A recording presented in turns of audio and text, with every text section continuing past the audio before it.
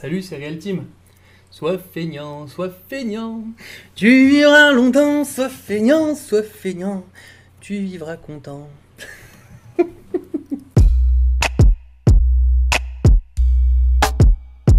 Inscris-toi au mail créatif si c'est toujours pas fait pour recevoir ces conseils directement dans ta boîte mail sans passer par YouTube.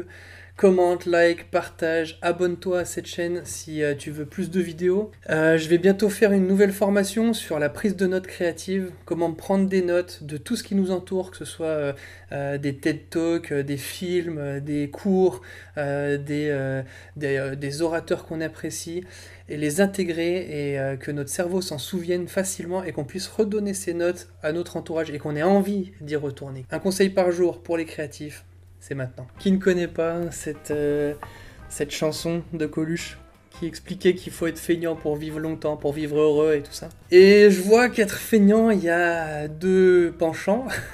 Oui, il y a des choses bonnes à être feignant et il y a des choses moins bonnes. Et je pense qu'il faut qu'on s'attarde sur les bonnes choses et les mauvaises choses pour pas y tomber dedans et les utiliser à notre avantage.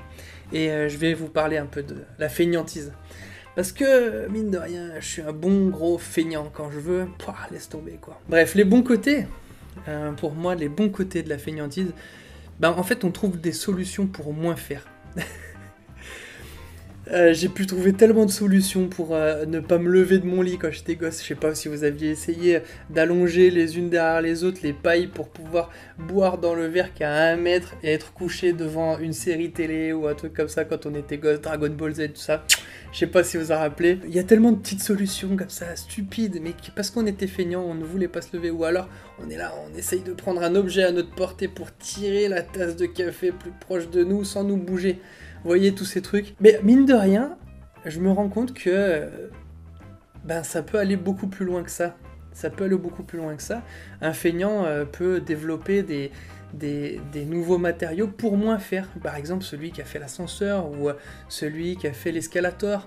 Enfin, c'est tout des choses un peu qui c'est un peu de feignant, quoi, à la base. Et du coup, je me dis, les feignants, finalement, ils trouvent des solutions pour faire moins. Quand on est feignant, on délègue beaucoup plus facilement parce qu'on n'a pas forcément envie de faire les choses. On n'a pas forcément envie de se stresser pour faire des trucs, de se bouger pour faire des trucs, donc on dit « Ah, il n'y a personne qui veut le faire à ma place ». Et voilà, ça nous aide aussi à trouver d'autres personnes qui font notre travail quelque part. Ou qui le font même mieux, souvent. Parce que forcément, il y a des gens qui font mieux notre travail que nous. Et le troisième petit point, c'est qu'en fait, on se soucie pas forcément du lendemain quand on est feignant. J'ai l'impression que on s'en fout, demain il arrivera, quoi. Et puis il y aura d'autres choses à faire. Alors on profite de notre canapé, de notre plumard, un petit film, une petite bière. Et je trouve qu'on profite plus de l'instant quand on est feignant. Là, on a vu les bons côtés de la feignantise. Et maintenant, il y a des mauvais côtés, il y en a pas mal. Le premier que je vois, c'est qu'on procrastine à mort. On remet tout à demain, on remet tout à plus tard. Et c'est la mort, franchement, c'est la mort. Notre travail n'avance pas, nos projets non plus. Bref, grosse galère. On se projette très peu dans le futur. Comme je disais tout à l'heure, on profite de l'instant, mais du coup, on se projette pas du tout. Ou alors, on se projette dans notre plumard, ou alors on se projette dans notre canapé, de réfléchir au futur, donc c'est réfléchir un peu au travail, donc on n'en a pas envie. Et en fait, on pense aussi qu'à son propre confort.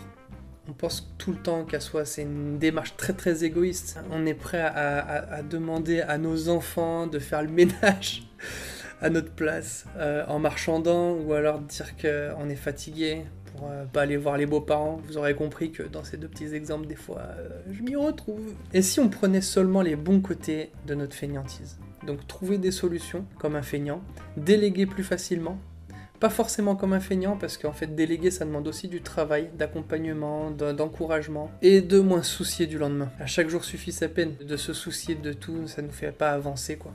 Donc en fait j'aimerais garder ces 3 trucs, quoi.